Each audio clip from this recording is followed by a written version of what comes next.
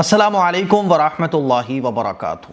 عرفے کے دن کی کیا فضیلت ہے، یوم عرفہ کس کو کہا جاتا ہے اور عرفے کے دن ہمیں کیا کرنا چاہیے، آج انہی سوالوں کے جوابات میں آپ لوگوں کو دینے جا رہا ہوں، کیونکہ لوگوں کو صحیح علم نہیں ہوتا اور سوشل میڈیا پر صحیح علم وہ نہ کے برابر ہے، تو لوگ جو ہے نا طرح طرح کے اعمال کر رہے ہوتے ہیں۔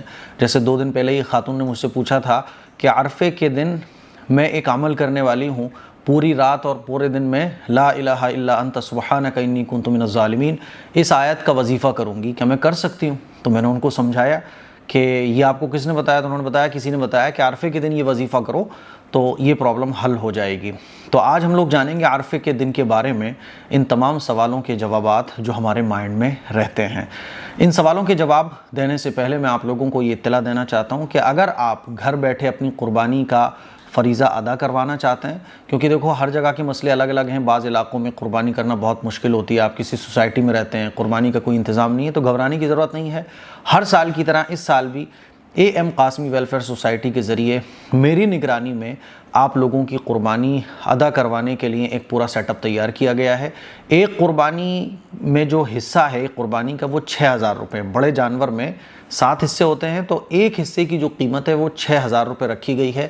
اگر آپ گھر بیٹھے اپنی قربانی ادا کروانا چاہتے ہیں تو آپ 7417810799 اس نمبر پر واٹس ایپ SMS کر سکتے ہیں۔ آپ کی قربانی جس کے بھی نام سے آپ کروانا چاہیں گے، قربانی آپ کی ادا ہو جائے گی اور جو گوشت ہوگا وہ غریبوں اور ضرورت مندوں میں انشاءاللہ تقسیم بھی کروا دیا جائے گا، اور یہ سب کچھ میری نگرانی میں رہے گا۔ بالکل بے فکر رہیے، سنت طریقے پر اور بہت بہترین طریقے پر انشاءاللہ آپ کی قربانی کروا دی جائے گی۔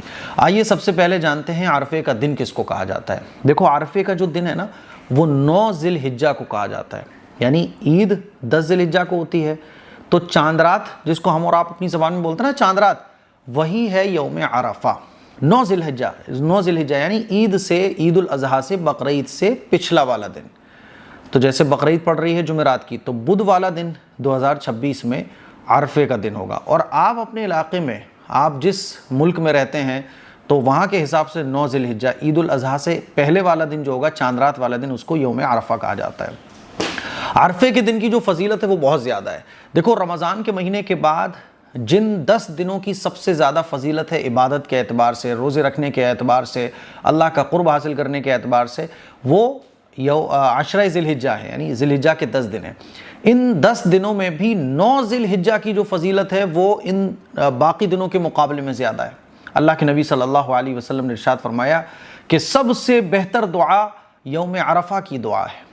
سمجھ رہے ہیں؟ سب سے بہتر دعا یوم عرفہ کی دعا ہے، اور میں اور مجھ سے پہلے انبیاء نے جو کہا اس میں یہ دعا بہتر ہے۔ کون سی دعا؟ اسکرین پر آپ دیکھ سکتے ہیں، لا الہ الا اللہ وحدہ لا شریک لہ لہ الملک ولہ الحمد وہو علی کل شیء قدیر، یہ دعا۔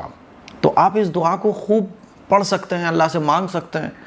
تو عرفے کا جو دن ہے وہ آپ سمجھ گئے 9 ذی الحجہ کو کہا جاتا ہے، اور عرفے کے دن کی جو عبادات ہیں وہ کیا کیا ہیں کہ دعا مانگنے کا دن ہے۔ ایسے ہی ایک حدیث میں آپ علیہ الصلوۃ والسلام نے ارشاد فرمایا، جب حضور سے پوچھا گیا کہ عرفے کے دن روزے کے بارے میں کیا حکم ہے، تو آپ علیہ الصلوۃ والسلام نے ارشاد فرمایا، مجھے اللہ سے امید ہے کہ وہ پچھلے سال اور آنے والے سال کے گناہوں کا کفارہ بن جائے گا۔ تو عرفے کے دن روزہ رکھنے کی فضیلت کیا ہے کہ 1 سال کے اگلے اور 1 سال کے پچھلے گناہوں کا یہ کفارہ بن جائے گا روزہ، گناہ صغیرہ۔ اور توبہ تو ظاہر سی بات ہے، آدمی روزہ رکھتا ہے تو دعائیں بھی مانگتا ہے اللہ سے کہ اللہ میں گنہگار ہوں، میرے گناہوں کو معاف فرما، تو گناہ کبیرہ بھی معاف ہو جائیں گے اگر آپ سچے پکے دل سے توبہ کریں۔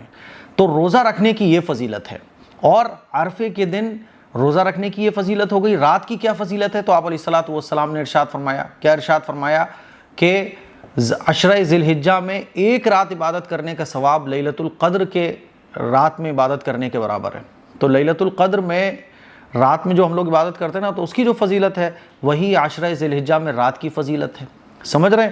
تو ہمیں اور آپ کو کیا کرنا ہے؟ دعائیں خوب مانگنی ہے، عبادت خوب کرنی ہے، روزہ رکھنا ہے، اور جتنا ہو سکے عبادت کے کام کریں۔ وظیفوں کا دن نہیں ہے یہ عبادت کا دن ہے، کیونکہ عرفے کا دن یہ حاجیوں کے لیے بہت اہم ہے، کیونکہ حج کا سب سے بڑا جو رکن ہوتا ہے عرفات کے میدان میں ٹھہرنا، تو حاجیوں کے لیے یہ سب سے بڑا کام ہوتا ہے عرفے کے میدان میں ٹھہرنا۔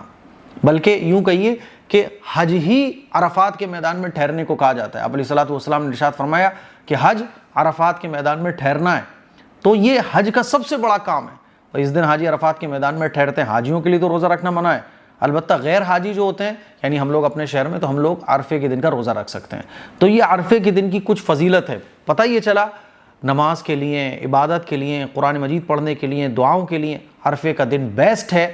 کوئی خاص عبادت عرفے کے دن کی نہیں ہے، تھوڑا سا حصہ عبادت کر لیجئے، قرآن پڑھ لیجئے، نمازیں پڑھ لیجئے، ہے نا، روزہ رکھنے کے بعد ذکر و اذکار خوب کیجئے، سبحان اللہ، الحمدللہ۔ ایک حدیث میں آتا ہے علیہ الصلوۃ والسلام نے ارشاد فرمایا کہ عشرہ ذی الحجہ میں اللہ کی تسبیح خوب بیان کرو، سبحان اللہ، الحمدللہ، اللہ اکبر، لا الہ الا اللہ، یہ بھی آپ خوب پڑھ سکتے ہیں۔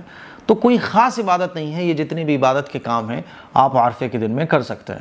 مجھے امید ہے کہ یہ تمام باتیں آپ کو اچھے طریقے سے سمجھ آ گئی ہوں گی۔ اس کلپ کو شیئر کریں، دوسروں تک پہنچائیں، اور کوئی سوال اگر ہے تو کامنٹ باکس میں کامنٹ کیجئے، انشاءاللہ میں جواب دوں گا۔ السلام علیکم ورحمۃ اللہ وبرکاتہ۔